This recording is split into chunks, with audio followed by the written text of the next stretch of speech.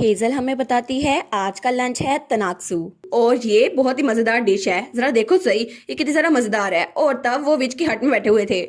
वो कहती है सब लोगों ने आज गार्डन में बड़ा अच्छा काम किया तो तुम लोग के लिए लंच मैंने खुद तैयार किया है। तो ड्यू कहता है लेकिन ये कैबिज इसको कच्चे कैसे खा सकते हैं, इसको तो पोटैटोस के साथ नहीं खाना था, और आखिर ये इंसान कैसे खा सकते हैं, इसको तो रैबिट खाते हैं। तो हमारी कहती है नहीं नहीं इसको तो कोरिया में ऐसे ही खाते थे, अब मैं इसको क्या बताऊं। वो कहती है असल में ये ऐसे ही काम करते हैं, ये दिखती कच्ची है लेकिन ये मजे की होती है, आप खा कर तो देखें। और वैसे भी इसको मैंने खुद बनाया है, आप एक बार खुद तो देखें, इसको जो मैंने बनाया है ना तो इसका टेस्ट बड़ा ही जबरदस्त है और इसके जायके आपस में मिलकर बहुत ज्यादा जबरदस्त बन जाते हैं। तो बच्चे कहते हैं वाह इतना सारा मजेदार है, फिर तो हम जरूर खाएंगे। तो ड्यूक अभी मशकूक था।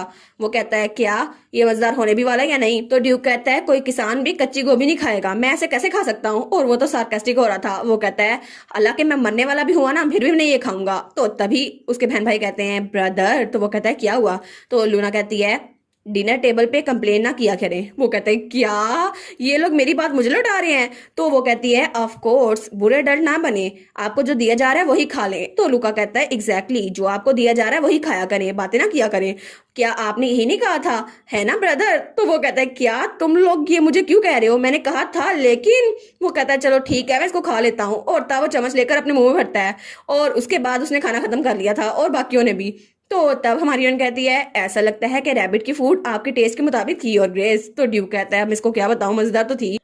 और वो सोचता है मैं तो ये भूल ही गया था, ये वही है जिसने गाजरें खिलाई थी लूना और लुका को, तो ये मुझे ये भी खिला सकती है। तो हमारी रन सोचती है ऐसा लगता है कि ड्यूक की बहुत ज्यादा सरप्राइजिंग एस्पेक्ट है जो मैंने अभी तक नहीं देखी, चलो ये तो अच्छा हुआ। और वो सोचती है ना सिर्फ उन्होंने मेंशन की अलमारी और मेरी झोंपड़ी तक का रास्ता क्लियर कर दिया बल्कि उन्होंने अलाउ भी कर दिया कि हम लोग यहाँ आकर खेल भी सकते हैं, लेकिन फिर भी कभी कभी वो बहुत ज़रा अजीब बन जाते हैं। और तब उसे याद आता है जब उसने कहा था कि हमें छोटा डाइनिंग टेबल रखना चाहिए, तो ड्यूक ने कहा था नहीं मैं इसको अलाउ नहीं करूंगा। तो सर डैनियल कहता है फिर भी प्रिंसेस और प्रिंस वो कंप्लेन किए बगैर खा सकते हैं और विच की हट में आके काम कर सकते हैं, है ना, वो यहाँ पे खेल भी सकते हैं। तो हमारी उन कहती है आप मेरे हट को एक टेस्ट के तौर पे क्यों नहीं ट्राई कर लेते, वैसे भी आपके पास अच्छा चांस है कि हट सेफ है या फिर नहीं। और उसके बाद वो लोग वहां आ गए थे। तो हमारी उन कहती है अच्छा तो आज का खाना कैसा था, क्या वो अच्छा नहीं था। और ड्यूक वहां चाय पी रहा था और लूना और लुका बाहर खेल रहे थे। तो तब हमारी उनको देख कहती है सिर्फ फैमिली मेंबर्स के साथ खाना खाया है, कोजी और वार्म है ना, बिना किसी सर्वेंट्स के, ये तो मजेदार था ना। तो वो कहता है मिस हेजल शायद आप भूल रही हैं, आप मेरी फैमिली मेंबर नहीं है और आप सिर्फ एक नैनी हैं। तो हमारी हीरोइन कहती है ओ मेरा ये मतलब नहीं था, लेकिन ड्यूक का डाइनिंग टेबल बहुत ज़रा बड़ा है, वहां पर तो बहुत सारे लोग खा सकते हैं लेकिन वहां पर आप सिर्फ 3 होते हैं, इसलिए मुझे लगा था वो एटमॉस्फेयर बहुत ज़रा फॉर्मल होगा और खाने को एटिकेट क्लास में नहीं बदलना चाहिए, आपको अपने बहन भाइयों के साथ टाइम गुजारना चाहिए और वैसे भी ये आपकी गलती है। तो ड्यूक कहता है क्या मेरी गलती है। तो ड्यूक कहता है अच्छा ठीक है एक हफ्ते के लिए मैं तुम्हारे घर में बच्चों को खाना खाने की इजाजत दे देता हूँ। वो कहती है सच में ये तो बड़ा अच्छा आइडिया है। तो तब उसकी तरफ देखता है तो वो कहती है ठीक है तो मैं आपको ग्रेटिट्यूड के लिए एक टोकन में चॉकलेट दे देती हूँ। वो कहता है क्या चॉकलेट, तो वो उसको दे देती है। वो कहती है आप तो बहुत ज्यादा बिजी रहते हैं ना, आपके पास बहुत ज्यादा काम होगा। वो कहता है नहीं नहीं मुझे जरूरत नहीं है। वो कहती है फिर भी आप मॉन्स्टर्स को सब्जुगेट करने के लिए गए थे ना, आपको इसके बदले में रिवॉर्ड तो चाहिए होगा। तो वो कहता है मैंने सुना था कि पैलेस में बैंक्वेट रखा जा रहा है लेकिन ऐसा लगता है कि फाइनली वो लोग हमें बुला रहे हैं और मुझे फिर से जाना होगा। तो हमारी कहती है आप बच्चों को अपने साथ क्यों ले जाते। तो ड्यूक कहता है बच्चे बोर हो जाएंगे। तो हमारी कहती है नहीं नहीं लूना तो वहां जाना चाहती है और शायद ये बहुत ज्यादा मुश्किल बात होगी, लेकिन खैर चाहे जो भी है ये उसका फैसला है। तो ड्यूक कहता है इससे भी ज्यादा इंपॉर्टेंट बात मिस हेजल क्या आप मुझे बच्चों की तरह ट्रीट कर रही हैं। वो कहती है नहीं मैं क्यों करूंगी आपको बच्चों की तरह ट्रीट। वो कहता है मैं ड्यूक हूँ, आप मुझे चॉकलेट दे के बहला नहीं सकती, मैं छोटा बच्चा नहीं हूँ। वो कहती है क्या मैं इसे कहूँ कि मुझे इसके लिए बुरा लग रहा था इसलिए मैं इसको चॉकलेट दे रही थी, लेकिन खैर है चलो मुझे तो ऑकवर्ड लग रहा है इसलिए मैं चलती हूँ। वो कहता है नहीं नहीं एक मिनट रुको। तो हमारी उन कहती है क्या अब आपको कुछ कहना है। वो कहता है हाँ मुझे एक और चीज कहनी है, चलो हम रूल बुक में एक और रूल ऐड करते हैं। तो वो कहती है क्या एक और रूल, लेकिन अब किस लिए। वो कहता है रूल बुक पेन उसको लेकर आओ यहाँ पर। तो उसके बाद वो रूल बुक को देखता है और कहता है ठीक है मैं इसको सीधा रखता हूँ, तुम इसमें एक और चीज ऐड करोगी। तो वो कहती है क्या, और जब वो वहां पढ़ती है तो उसमें लिखा हुआ था अब से एम्प्लॉयर और एम्प्लॉय के दरमियान फिजिकल कांटेक्ट बिल्कुल ही मना है, तो मेरे करीब नहीं आ सकती जैसे पहले आई थी। तो वो तो शर्मा रहा था। और तो हमारी हीरोइन कहती है पहले कौन सा मैं आती हूँ। तो वो कहता है नहीं बस अब से ये रूल ऐड हो गया है, अगर तुमने रूल तोड़ा तो फिर बहुत ज्यादा बुरा होगा।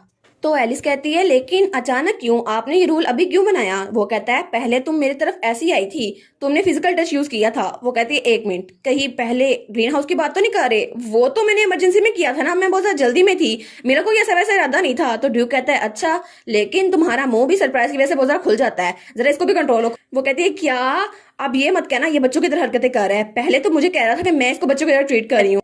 तो तब मैजिक से वो भी वहां पे पेपर ले आती है। वो कहती है अच्छा ठीक है, आपने मेरे लिए रूल बुक बनाई है ना, तो आपके लिए भी मैं एक बना देती हूँ। और हैजल वो तो उसको चैलेंज करने लग गई थी। तो ड्यूक कहता है क्या मेरे लिए क्यों, मैं थोड़ी ना एम्प्लॉय हूँ वहां का।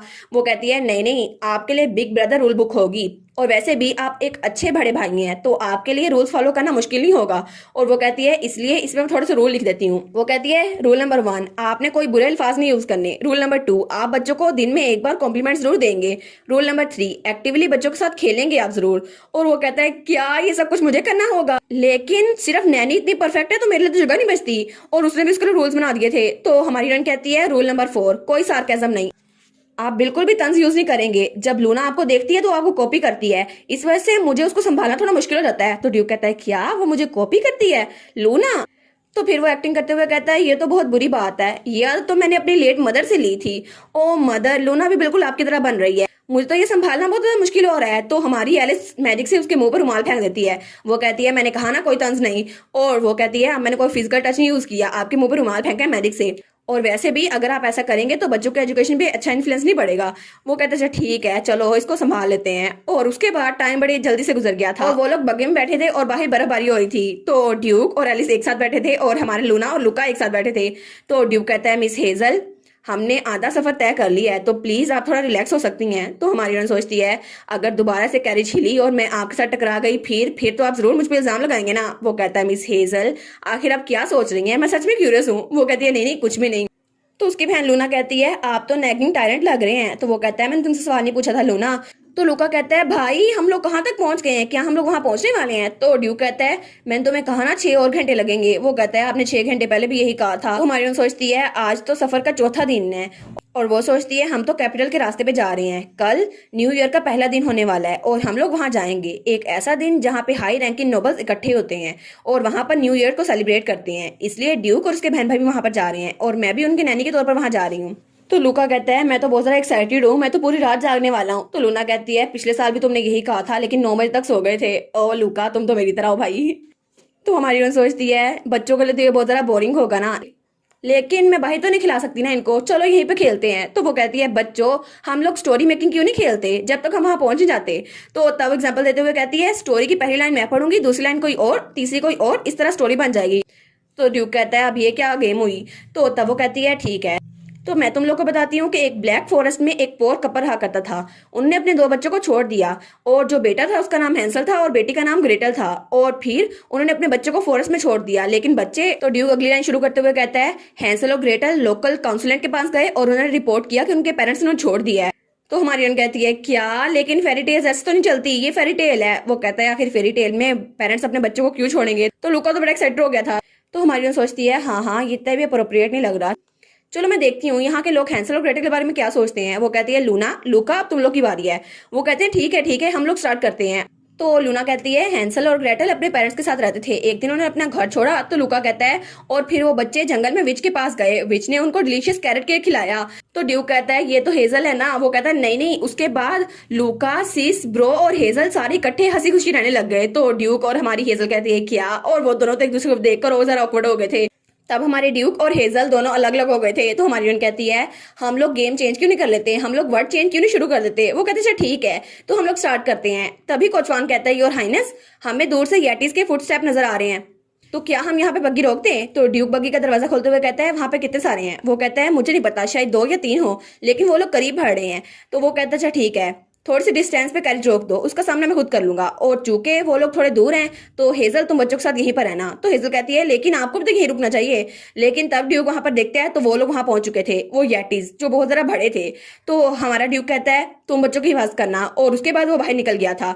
तो हमारी हीरोइन उसको देखती है तो अपनी तलवार निकालता है। तो हमारी हीरोइन तो बहुत जरा घबरा गई थी और तब उसने बग्गी के इर्द गिर्द मैजिक यूज कर लिया था और वहां पे होली पावर यूज हुई थी। हमारी सोचती है क्या ये होली पावर है, लेकिन कैरेज के इर्द गिर्द एक बैरियर बना हुआ है। तो वो उसको टच करने लगती है लेकिन उसको करंट लगता है। वो कहती है ओ ये तो होली पावर है ना, लेकिन मुझे लगता है इसको मैं टच नहीं कर सकती। लेकिन आखिर हम लोग किसी खतरे में आ गए फिर। तो तब बच्चे कहते हैं हेजल बड़े भाई ने कहा है ना वो येटिस को संभाल लेंगे, तुम आराम से रहो। वो सोचती है कॉन्फिडेंस तो इनकी जीन्स में रन करता है, लेकिन चलो खैर है मुझे थोड़ा तो ध्यान देना चाहिए। तो फिर वो कहती है लेकिन फिर भी हिज हाइनेस अकेले 2 येटिस को कैसे संभाल सकते हैं। तो ड्यूक उनकी तरफ हटता है और तलवार यूज करता है और उसके बाद उसने उन येटिस का खात्मा कर दिया था और उसके चेहरे पे खून था। तो तब वो बड़े आराम से वहां सीरियस होकर खड़ा था। तो हमारी हीरोइन उसी को देखी जा रही थी और तब उसकी आंखों में ड्यूक का यक्स था, वो उसको देखी जा रही थी। तो बच्चे कहते हैं अच्छा अगला वर्ड क्या था, इसके बाद फैसिलिटी था है ना, तो मैं येटी शुरू करता हूँ। तो लुका कहता है नहीं नहीं ये तो चीटिंग है। वो कहता है हेजल अब तुम्हारी बारी है, लेकिन हेजल वो तो बाहर देखी जा रही थी। तो लुका कहता है हेजल तुम्हारी बारी है ना, तुम बताओ। लेकिन हमारी हीरोइन वो कहती है ब्रदर। तो तब वो कहता है क्या। तब वो ड्यू को देखती है जिसके कपड़ों पे खून लगा हुआ था। तो वो कहती है बिग ब्रदर, तुम्हारा बिग ब्रदर कितनी तरह कूल है। और वो तो उसी को देखी जा रही थी बड़े प्यार से। ओहो लगता है हमारी विच को प्यार हो गया ड्यूक से।